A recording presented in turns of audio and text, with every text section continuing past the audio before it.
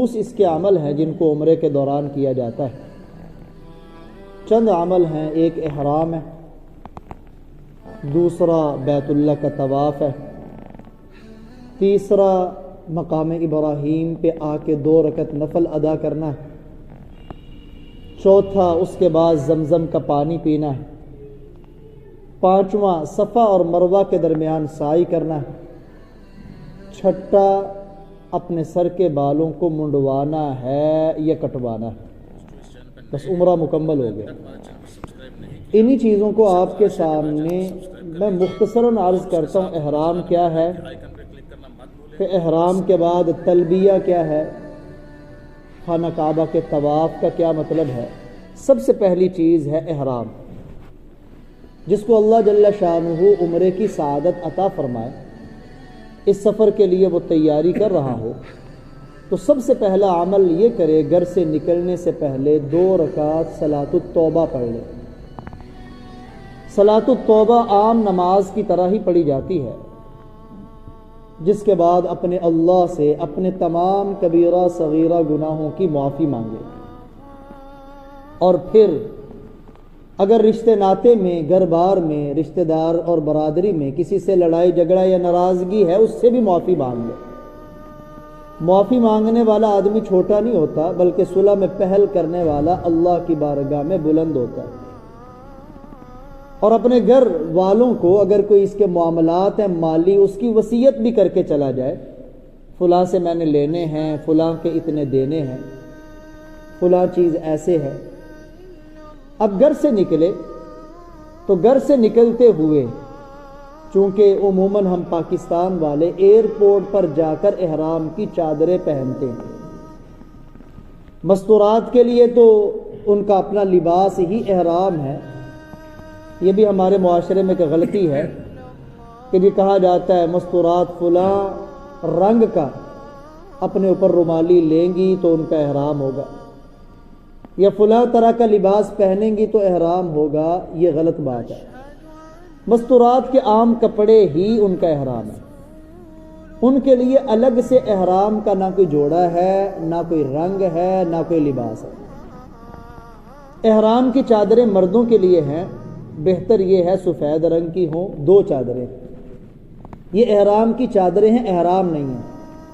جب آپ ایئرپورٹ پہ پہنچ جائیں، بہتر طریقہ یہ ہے، فلائٹ کا ٹائم انہوں نے بتایا ہوتا ہے، بسا اوقات فلائٹ آگے پیچھے بھی ہو جاتی، تو وہیں ایئرپورٹ پر ہی وہ اعلان کر دیتے ہیں کہ احرام باندھنے والے احرام باندھ لیں۔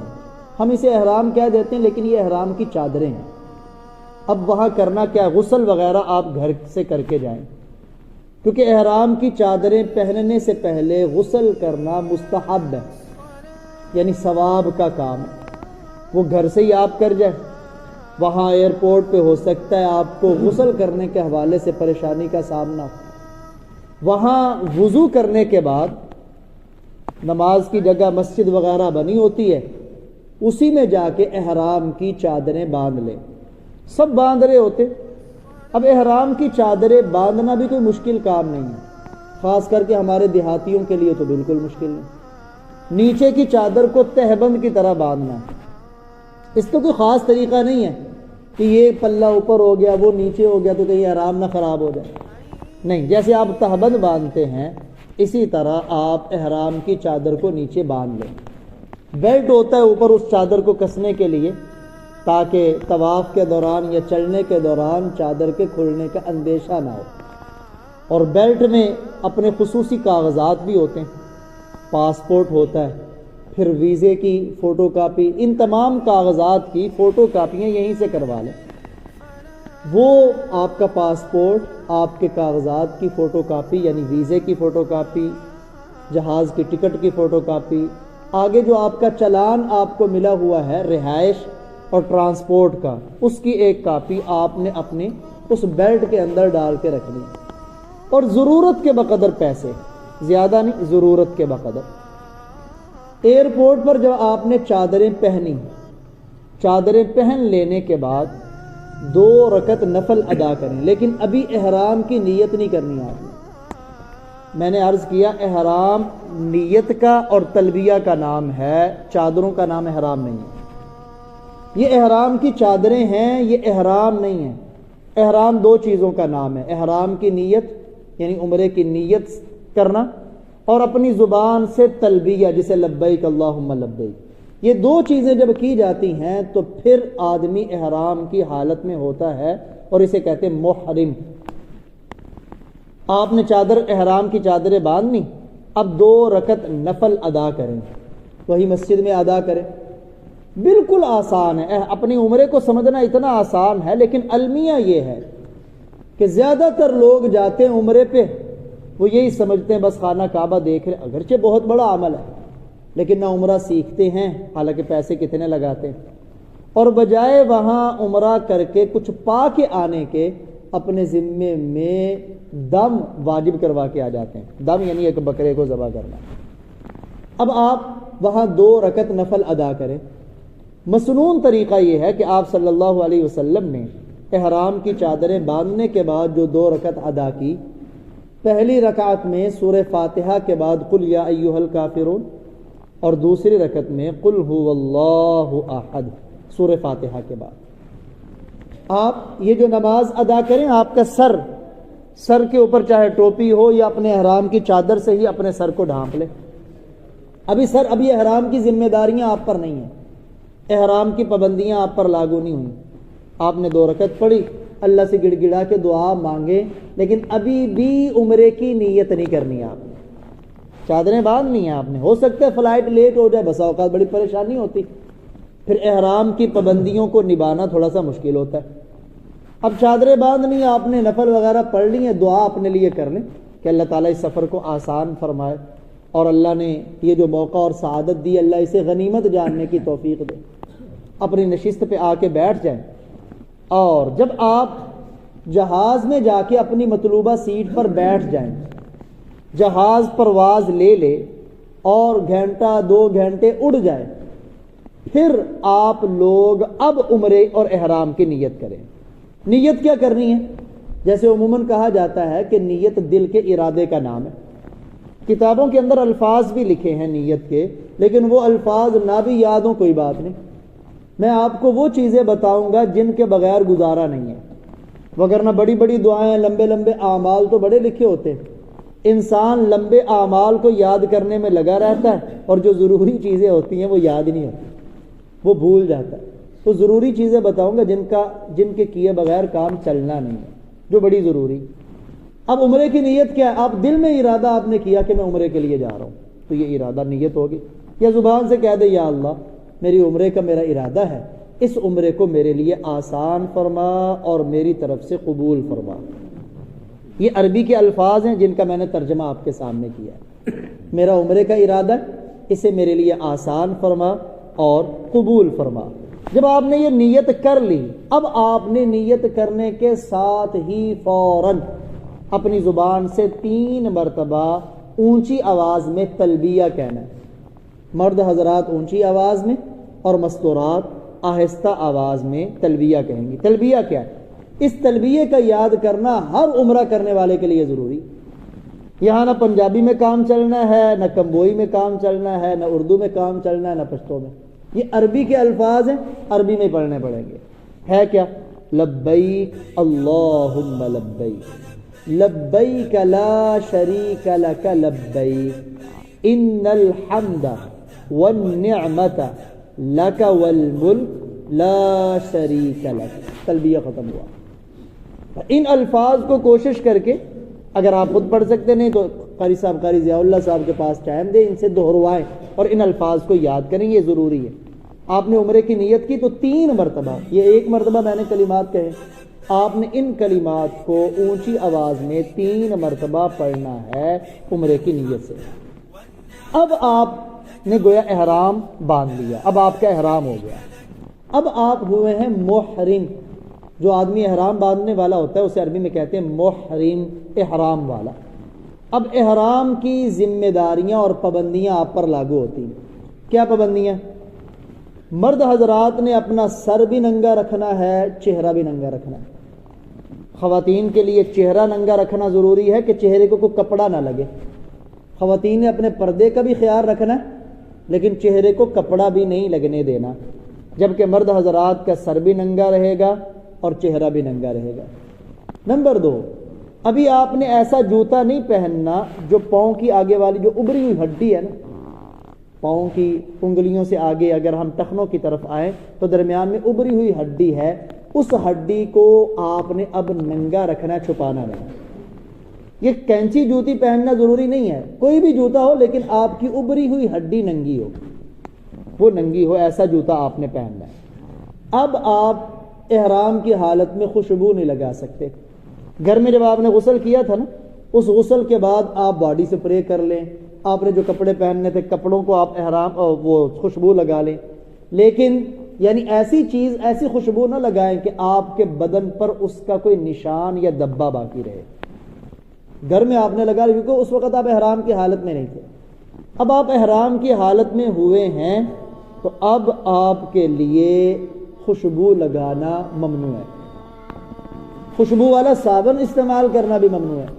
اس لیے ایسا صابن بھی بازار سے ملتا ہے جو بغیر خوشبو کے ہوتا ہے، ایسا صابن ہمیں لے لینا چاہیے، 100-125 روپے کا آتا ہے۔ اب احرام کی حالت میں کوشش کریں کہ اپنے کھجلی وغیرہ کرنے سے جس قدر بچا جائے بچیں، کیونکہ بسا اوقات خارج کرتے ہوئے نا بال گرتے ہیں، اگر بال گریں گے تو احرام کی حالت میں ان کے اوپر بھی صدقہ آتا ہے۔ پھر سر کے بال، یعنی بالوں کو توڑنا یا بالوں کا گرنا، احرام کی حالت میں ان سے بچنا چاہیے۔ اسی طرح احرام کے دوران گھر والے ساتھ ہیں تو میاں بیوی کے آپس کی جو گفتگو ہوتی ہے اس سے بھی احرام والے نے اپنے آپ کو بچانا ہے۔ احرام کی حالت میں سلا ہوا کپڑا پہننا محرم کے لیے جائز نہیں ہے۔ اب آپ کے اوپر وہ چادریں ہی ہیں جو سلی ہوئی نہیں، بنیان وغیرہ نکال دیں اپنی، وہ نہ پہنے ہوئے ہو آپ۔ اب آپ کا وظیفہ کیا ہے؟ جب آپ نے نیت احرام کی کر لی اور تلبیہ پڑھ لیا نا، اب سب سے بڑا آپ کا ذکر ہے تلبیہ پڑھنا۔ بس پڑھتے جائیں، لبیک اللہم لبیک لبیک لا شریک لک لبیک ان الحمد والنعمت لک والملک لا شریک لک۔ جب بھی آپ کا دل گھبرائے، بسا اوقات اوپر اونچائی پہ جب جہاز جاتا ہے نا تو تھوڑا سا اس کے اندر ویبریشن آتی ہے تو بیٹھنے والوں کا نا دل دھک دھک کرتا ہے۔ اب آپ کی دھک دھک کا علاج بھی یہ تلبیہ ہے۔ آپ اونچائی پہ چڑھے تلبیہ، نیچے اترے تلبیہ، جہاز میں تھوڑی سی غفلت آئی، تھوڑی دیر یہ جاتے ہوئے نا لوگ جہاز میں جب بیٹھے ہوتے ہیں اکثر لوگ چپ بھی ہوتے ہیں، یعنی حالانکہ یہ مسنون ہے مرد کے لیے اونچی آواز میں تلبیہ پڑھنا، آپ اونچی بار بار پڑھیں۔ جب آپ بار بار پڑھیں گے ہو سکتا ہے آپ کی برکت سے کسی اور کو بھی اس سنت پہ عمل کرنے کی توفیق مل جائے۔ اب آپ نے یہ تلبیہ پڑھنا ہے کب تک؟ جب تک آپ خانہ کعبہ کے پاس نہیں پہنچ جاتے، یعنی آپ کے یہ تلبیہ والا وظیفہ رہے گا خانہ کعبہ کے قریب پہنچنے تک، یعنی جب آپ حرم میں داخل ہو نا، خانہ کعبہ کی طرف روانہ ہو گھر سے، تلبیہ پڑھتے جائیں، اپنی رہائش پہ پہنچ کے آگے آپ خانہ کعبہ کی طرف جا رہے ہیں، تلبیہ رہے جاری ہے آپ کی زبان پہ۔ جب آپ وہ سیڑھیوں سے نیچے اتریں گے نا پھر اس وقت آپ تلبیہ روک دیں۔ اب آپ کی جو پہلی نظر خانہ کعبہ پہ پڑے تو آپ نے پہلی نظر پڑتے ہی کہنا ہے اللہ اکبر اللہ اکبر اللہ اکبر لا الہ الا اللہ لا الہ الا اللہ لا الہ الا اللہ، 3 دفعہ اللہ اکبر، 3 دفعہ اور اپنے اللہ سے رو کے گڑ گڑا کے دعا مانگنی ہے، کیونکہ کعبہ پہ پہلی نظر پڑتے وقت آپ نے فرمایا جو دعا مانگی جائے قبول ہوتی ہے۔ ان دعاؤں میں ہمیں جو ہم سارے بیٹھے ہیں نا، عبدالکبیر صاحب جا رہے ہیں اور بھی جو حضرات بیٹھے ہیں، ہمیں بھی دعاؤں میں یاد رکھنا ہے۔ تو آپ کا یہ تلبیہ رہے بیت اللہ تک پہنچنے تک۔ اب میں نے آپ کو احرام کے بارے میں بھی بتا دیا کہ پہلا کام ہے احرام، دوسرا کام ہے آپ کا تلبیہ، میں نے تلبیہ کبھی آپ کے سامنے عرض کر دیا۔ اب تیسرا عمل وہ ہے خانہ کعبہ کا طواف۔ وہاں سے یہاں سے اپنی رہائش پر پہنچ کر جلدی نہ مچائے، سکون کر لیں، ذرا آپ کی تھکاوٹ اتر جائے۔ بسا اوقات اتنی تیزی ہوتی ہے کہ وہاں سے نکل پڑتے ہیں اور جاتے ہوئے اپنے ہوٹل کا کارڈ بھی نہیں لے کے جاتے اور پھر بعد میں گم ہو جاتے، رہائش کی جگہ ہی نہیں ملتی۔ نہیں، آرام پرسکون اور تحمل اور بردباری سے کریں۔ اب آپ بیت اللہ کی طرف روانہ ہوں، آپ کے دل کے اندر شوق ہو، محبتیں ہوں، آنکھوں سے آنسو ہو، زبان پر اللہ کا تلبیہ جاری ہو، لبیک حاضر ہوں میں اللہ، اللہم لبیک، اے اللہ میں حاضر ہوں، لا شریک لک، تیرا کوئی شریک نہیں، ان الحمد، تمام تعریفیں، والنعمت، اور تمام نعمتیں، لک، تیرے لیے، تیری طرف سے، لک والحمد لا شریک لک، تیرے سوا کوئی شریک نہیں، لبیک اللہم لبیک، یا اللہ میں حاضر، یا اللہ میں حاضر۔ اب آپ بیت اللہ کے سامنے آپ نے دعا کی۔ اب تیسرا عمل ہے آپ کا طواف کا عمرے کے دوران۔ اب پیچھے والے عمل دیکھیں، آسان ہے بالکل، کوئی مشکل نہیں ہے۔ اب آپ نے طواف کا آغاز کرنا ہے، اگر جاتے ہی آپ نے آغاز کرنا ہے تو حجر اسود کے سامنے آ جائیں۔ طواف شروع ہوتا ہے حجر اسود سے، اس کی نشاندہی ہمیں کیسے پتہ چلے گا؟ وہاں تو رش ہوتا ہے، حجر اسود بھی چھپا ہوتا ہے، تو اس کے لیے سعودی گورنمنٹ نے سامنے سبز رنگ کی لائٹ لگا دی ہے، اس کی بالکل سیدھ میں آپ آ جائیں، اس کے بالکل سیدھ پر حجر اسود ہے، حجر اسود کے سامنے آ جائیں، یا آپ اس طرف ہوں، حجر اسود آپ کے دائیں کندھے کی طرف ہو تو یہاں کھڑے ہو کے نیت کریں، یا اللہ میں عمرے کے طواف کی نیت کرتا ہوں، اسے میرے لیے آسان فرما اور قبول فرما۔ دل میں آپ نے ارادہ کر لیا تو یہ بھی نیت۔ اب حجر اسود کے سامنے آئیں، سامنے آ کے، چونکہ قریب جانا مشکل ہوتا ہے، دور سے آپ نے استلام کرنا ہے حجر اسود۔ آپ نے ابھی تک یہ جو احرام کی چادر ہے نا، بعض لوگ ایئرپورٹ سے ہی اپنا دایاں کندھا ننگا کر لیتے ہیں، یوں، اسے کہتے ہیں عربی میں اجتباء کرنا۔ یہ اوپر والی چادر گویا میں نے باندھی ہے تو وہ ایئرپورٹ سے ہی اپنے دائیں کندھے کو ننگا کر لیتے ہیں، حالانکہ یہ مسنون نہیں ہے۔ جب آپ نے حجر اسود کے سامنے آنا ہے نا تو حجر اسود کے سامنے تک آپ کی چادر یوں ہی ہوگی۔ جب سامنے آ کے استلام کرنا ہے تو استلام سے پہلے آپ یوں کریں، یعنی طواف آغاز کرنے سے پہلے آپ نے اجتباء کرنا ہے، اپنا دایاں کندھا ننگا کرنا ہے، اور یہ چادر دائیں کندھے سے نکال کر بائیں کندھے پر ڈال لیں۔ اور پھر استلام کیسے کرنا ہے؟ دور سے یوں کہیں آپ، یہ آپ کے ہاتھ چہرے کے سامنے ہیں، بسم اللہ اللہ اکبر، یہ کہا اور اپنے دائیں ہاتھ کو بغیر آواز کے چوم لیا، حجر اسود کا استلام ہو گیا۔ آگے بھی اس کے لفظ ہیں لیکن اتنا بھی کہہ دیں کافی ہے، بسم اللہ اللہ اکبر، آگے چاہیے یہ بھی کہہ دیں وللہ الحمد، وگرنہ یہ کافی ہے، بسم اللہ اللہ اکبر۔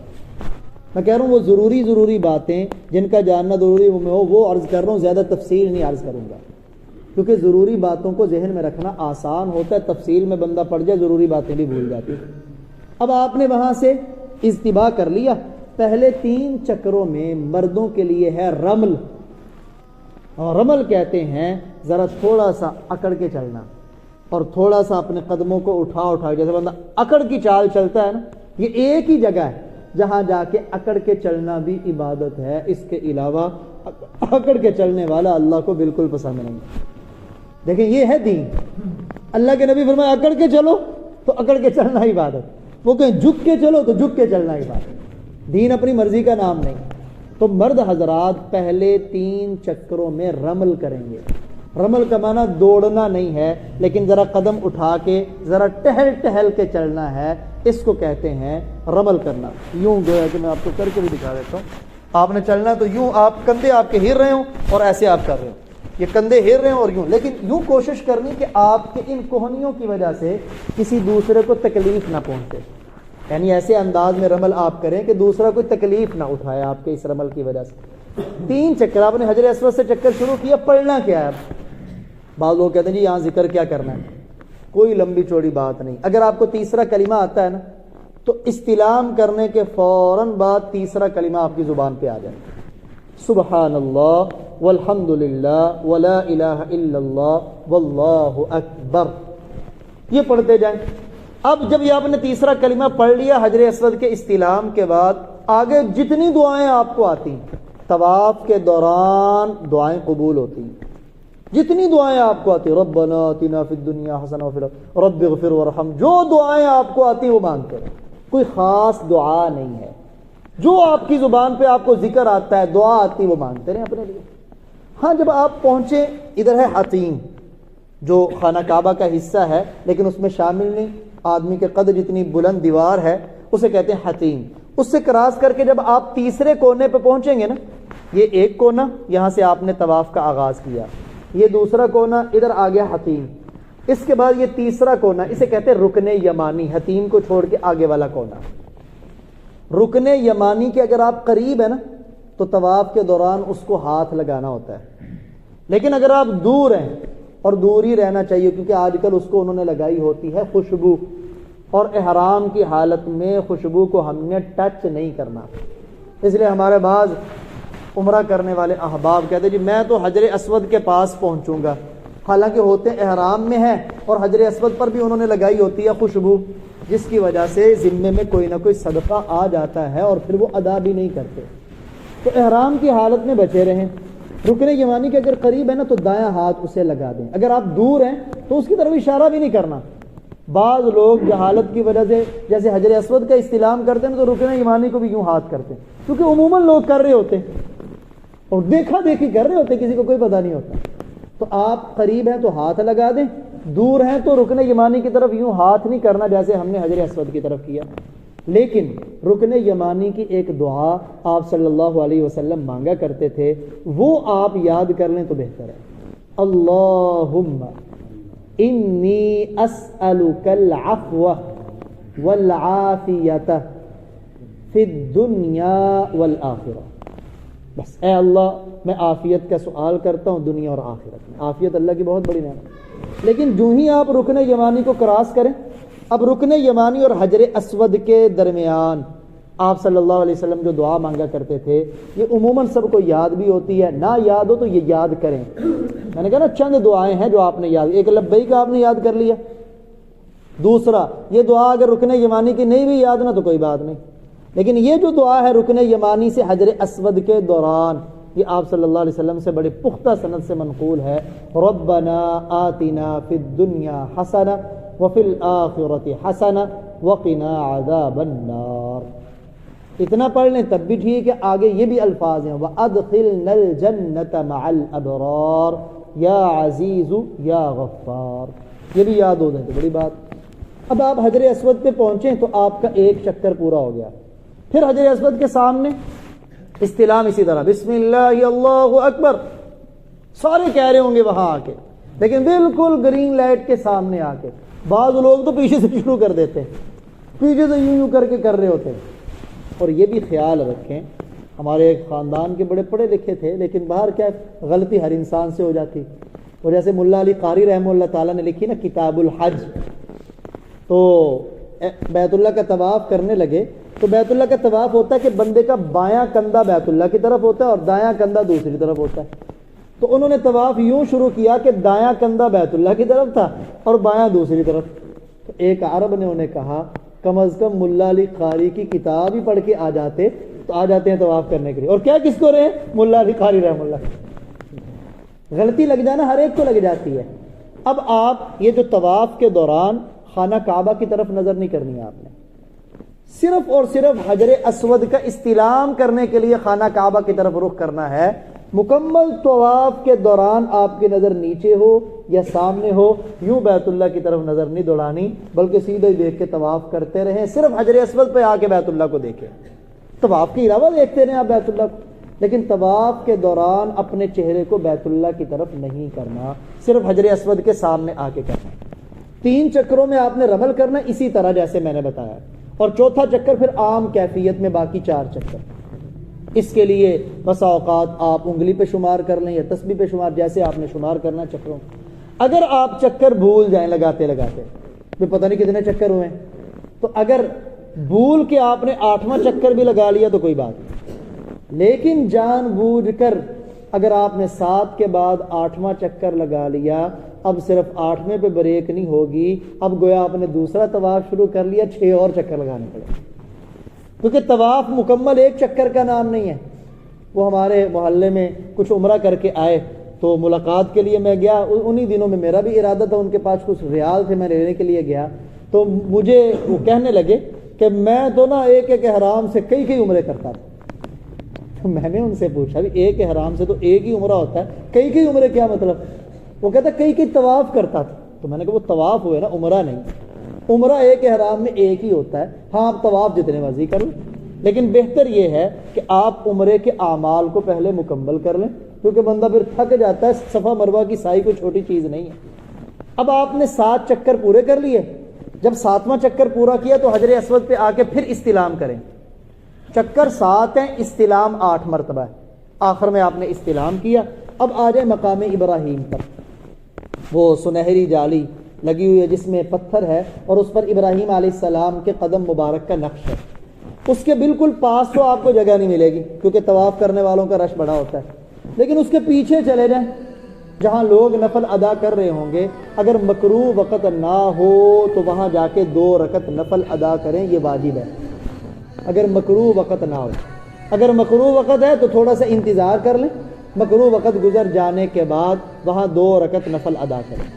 آپ نے 2 رکعت نفل ادا کر لیے، دعا مانگ لیں، اور زمزم کے پیچھے ہی کولر پڑے ہوئے ہوں گے، رج کے زمزم کا پانی پئیں۔ پہلا کام تھا احرام، دوسرا کام تھا تلبیہ، تیسرا کام تھا خانہ کعبہ کا طواف، چوتھا کام تھا مقام ابراہیم پہ 2 نفل۔ 2 نفل کیسے پڑھنے؟ جیسے ہم نے شروع میں پڑھا نا، پہلی میں قل یا ایھا الکافرون، دوسری میں قل ھو اللہ احد، آپ صلی اللہ علیہ وسلم سے یہ منقول ہے، اسی طرح پڑھیں۔ اور 5واں کام زمزم کو رج کے پینا۔ آپ نے فرمایا مومن زمزم سیر ہو کے پیتا ہے جبکہ منافق ڈر ڈر کے پیتا ہے۔ ڈرنا نہیں، رج کے پینا ہے۔ بس اوقات بعض لوگ ڈرتے نہیں، پیشاب آ جائے گا۔ اللہ، زمزم کے پانی میں اللہ نے ایسی خاصیت رکھی ہے، حدیث مبارکہ میں آتا ہے ماء زمزم لما شرب لہ، زمزم کے پانی کو جس مقصد کے لیے پئیں گے اللہ وہ مقصد پورا کر دے گا۔ یہ دنیا کا واحد پانی ہے، آپ کو بھوک لگی ہے اس نیت سے پئیں یا اللہ بھوک مٹ جائے، بھوک مٹ جائے گی۔ پیاس لگی ہے، پیاس کے لیے پئیں، پیاس مٹ جائے گی۔ آپ کو کوئی کام ہے، آپ اس لیے زمزم پی رہے ہیں یا اللہ میرا فلاں کام ہو جائے، اللہ وہ بھی پورا کر دے گا۔ زمزم پئیں۔ اب زمزم پینے کے بعد اب آپ کا اگلا کام ہے صفا مروہ کے درمیان سعی۔ سعی کیسے کرنی ہے؟ بسا اوقات بھول جاتے ہیں، وہاں نا لوگ جا رہے ہوں گے، نہ بھی جا رہے ہوں گے، جہاں آپ پانی پیئے وہی راستہ آگے صفا مروہ کی طرف جاتا ہے۔ کولر جہاں پڑے ہوں گے نا سائڈ پہ، اسی اوپر لکھا بھی ہوگا الی المسعی، مسعی عربی میں کہتے ہیں سعی کی جگہ کو، کہ الا کا معنی طرف، اس طرف سعی کی جگہ ہے، اس طرف آپ چلے جائیں۔ اور سب سے پہلے پہنچنا ہے آپ نے صفا پر۔ ان الصفا والمروۃ من شعائر اللہ، یہ صفا بھی اور وہ مروہ بھی دونوں پہاڑ ہیں، یہ اللہ کی شعائر میں سے ہیں، دین کی علامتیں اور نشانیاں۔ اب آپ صفا پہ جائیں گے، صفا پہ جا کے وہاں سے نا بیت اللہ نظر آتا ہے، بیت اللہ کی طرف رخ کر کے پھر دوبارہ کہ بسم اللہ، وہ جو شروع میں نا اللہ اکبر اللہ اکبر اللہ اکبر لا الہ الا اللہ، بیت اللہ کو دیکھ کر صفا پہ بھی جا کے یوں ہی کریں، اور کرنے کے بعد نیت کریں کہ اب میں عمرے کے لیے صفا مروہ کی سعی کرنے لگا ہوں، یا اللہ اسے میرے لیے آسان بھی فرما، قبول بھی فرما۔ اور پھر دعا کریں۔ صفا دعا کی قبولیت کی جگہ ہے۔ دعا قبول کرنے کے بعد اب صفا مروہ کی سعی شروع کریں۔ سعی کیا؟ آرام آرام سے چلنا ہے آپ نے، جیسے آپ چل سکتے۔ اب یہاں آپ نے کیا ذکر کرنا ہے؟ صرف صفا کے آغاز پر جب آپ نے شروع کرنا تھا، یہ آیت اگر یاد ہو ان الصفا والمروۃ من شعائر اللہ، نہ یاد ہو تب بھی کوئی بات نہیں۔ چوتھا کلمہ عموماً یاد ہوتا ہے، صفا سے آغاز کریں تو کلمہ توحید لا الہ الا اللہ وحدہ لا شریک لہ، اس آغاز پر یہ پڑھ لیں۔ آگے جو جو آپ کو ذکر آتے ہیں پڑھتے جائیں، چاہے لا الہ الا اللہ پڑھتے رہے، آیت کریمہ پڑھتے رہے، سبحان اللہ پڑھتے رہے، استغفر اللہ پڑھتے، جو آتا ہے پڑھتے رہے۔ پھر آگے آتے میلین اخضرین، سبز رنگ کی لائٹیں انہوں نے وہاں لگائی ہوئی ہیں، یہ وہ مقام ہے جہاں ہماری اماں ہاجرہ علیہ السلام نے دوڑ لگائی تھی جب ان کو اسماعیل نظر نہیں آیا، چھپ گیا نا، تو دوڑ لگائی کہیں میرے بچے کو کچھ ہو نہ جائے اونچائی کی طرف، تو اللہ تعالیٰ کو وہ ادائیں اتنی پسند آئی۔ اب ہر عمرہ کرنے والے کے لیے، حالانکہ وہ عورت تھی، اب عورتوں پہ وہاں دوڑنا ضروری نہیں ہے، لیکن مردوں کے لیے اماں ہاجرہ کی اس سنت کو ادا کرنا ضروری ہے۔ اب وہ جہاں سبز لائٹیں لگی ہوئی ہیں وہاں سے مرد حضرات قدرے تیز قدموں میں دوڑیں گے، زیادہ دوڑ بھی نہیں لگانی، تیز قدموں سے چلیں گے۔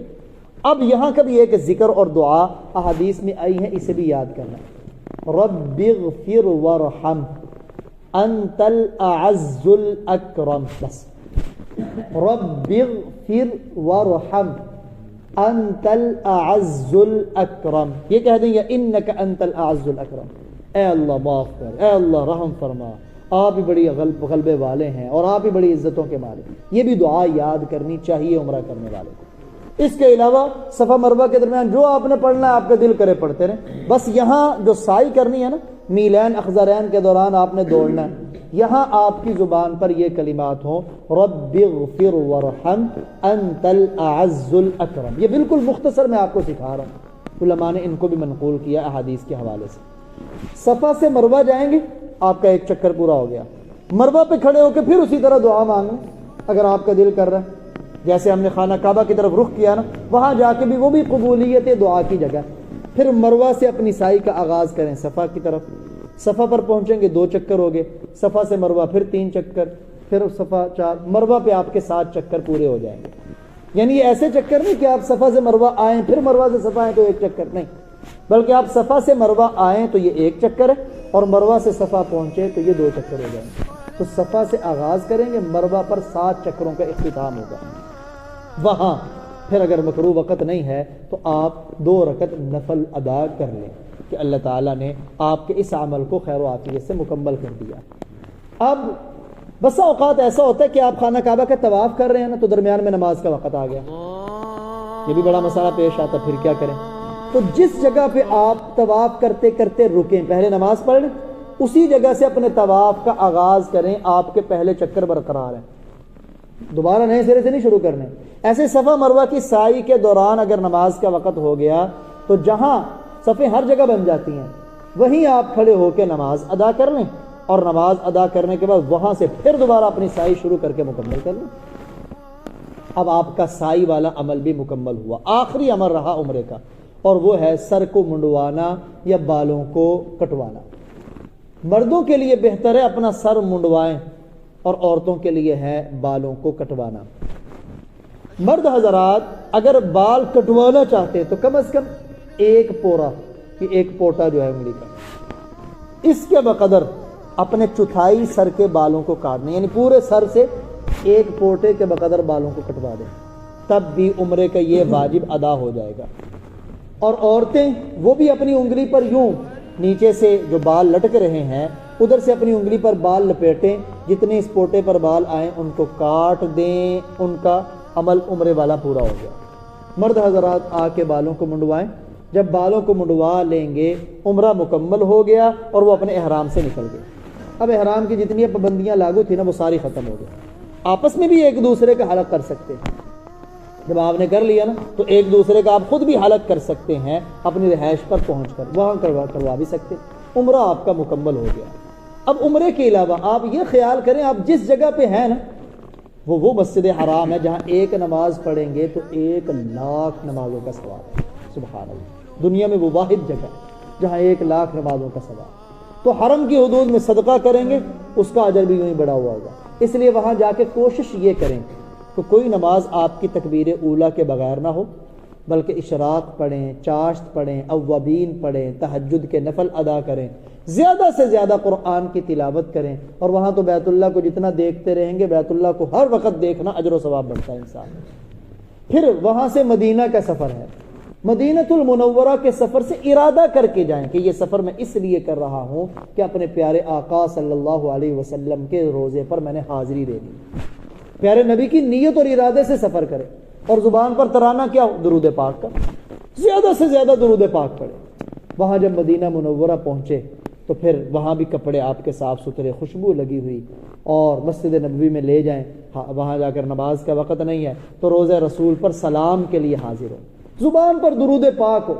اور روضہ رسول پر وہاں 3 قبور مبارکہ ہیں روضہ کے اندر. پہلی آپ صلی اللہ علیہ وسلم کی، پھر سیدنا صدیق اکبر رضی اللہ تعالیٰ عنہ کی، پھر سیدنا فاروق اعظم رضی اللہ تعالیٰ عنہ. پیارے نبی کی قبر مبارک جہاں آپ کا چہرہ انور ہے، کیونکہ اس طرف چہرہ ہے قبلے کی طرف، اس پر انہوں نے گول شکل میں سبز رنگ کی ایک تختی لگائی ہے اور اس پر لکھا ہے محمد الرسول اللہ، یعنی السلام علی. یہاں یہ وہ جگہ جہاں آپ نے سلام پیارے نبی کو پیش کرنا ہے.